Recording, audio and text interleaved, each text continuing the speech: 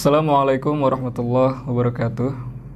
Bismillah, innal hamdalillah nahmaduhu wa nasta'inuhu wa nastaghfiruh wa na'udzu billah min syururi anfusina wa min sayyiati a'malina may yahdihillahu fala mudhillalah wa may yudlil fala hadiyalah. Asyhadu an la ilaha illallah wahdahu la syarikalah wa asyhadu anna Muhammadan abduhu wa rasuluh.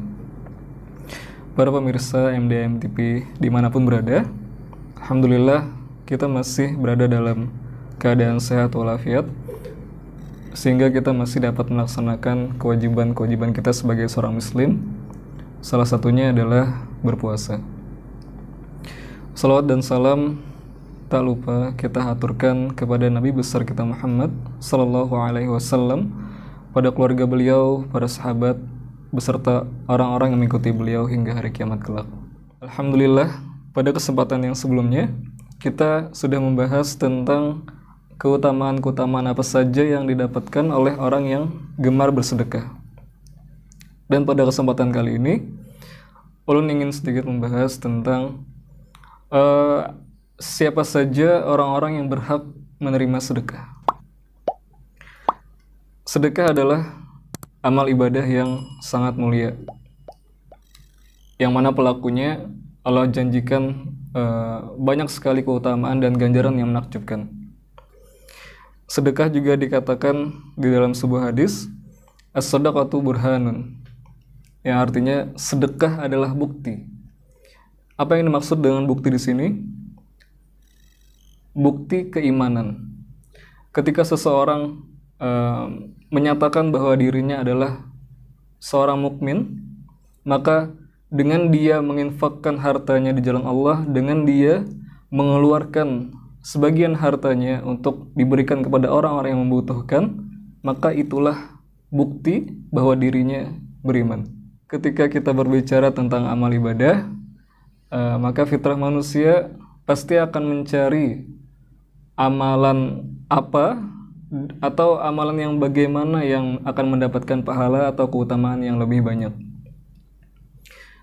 Seperti halnya sholat misalkan, mana yang lebih utama di antara sholat berjamaahkah atau sholat sendirikah di rumah? Ada tingkatan keutamaannya masing-masing. Begitu juga dengan sedekah. Maka jika dilihat dari sisi siapa saja orang yang menerima sedekah tersebut, maka itu juga memiliki tingkatan keutamaannya. Selama ini mungkin ketika kita berbicara tentang sedekah, maka yang terlintas di dalam pikiran kita adalah orang miskin. Hanya orang miskin. Tapi ternyata ada orang yang lebih berhak menerima sedekah yang kita keluarkan daripada orang miskin tersebut. Siapakah dia? Maka jawabannya ada di Quran, surah Al-Baqarah ayat 215.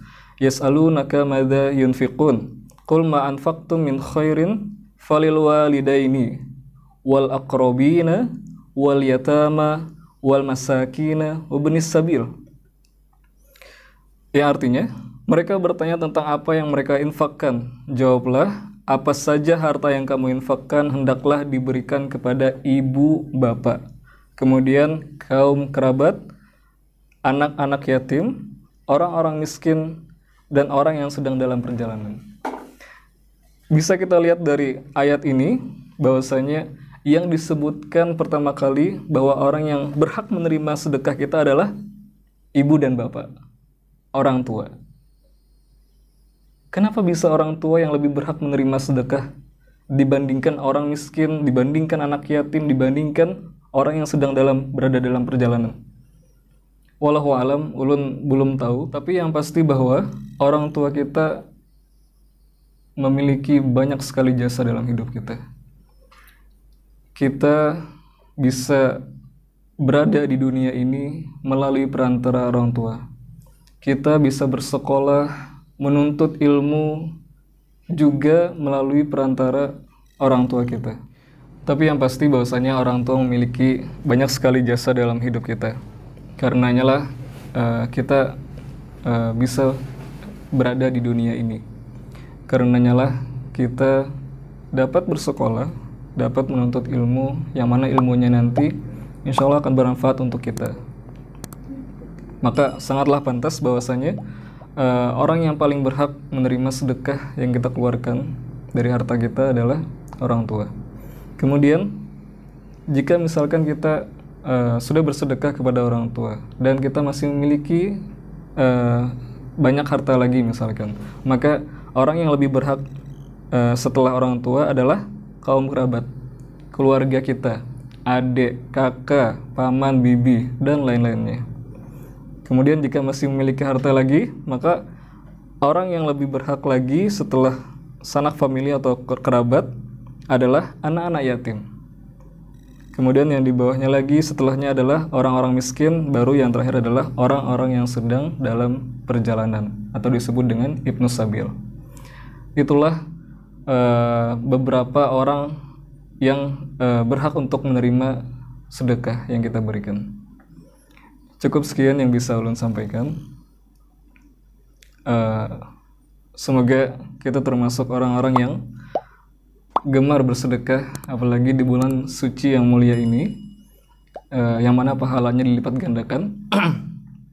Seperti yang sudah kita bahas tadi, bahwasanya sedekah yang lebih utama diberikan kepada orang tua kita.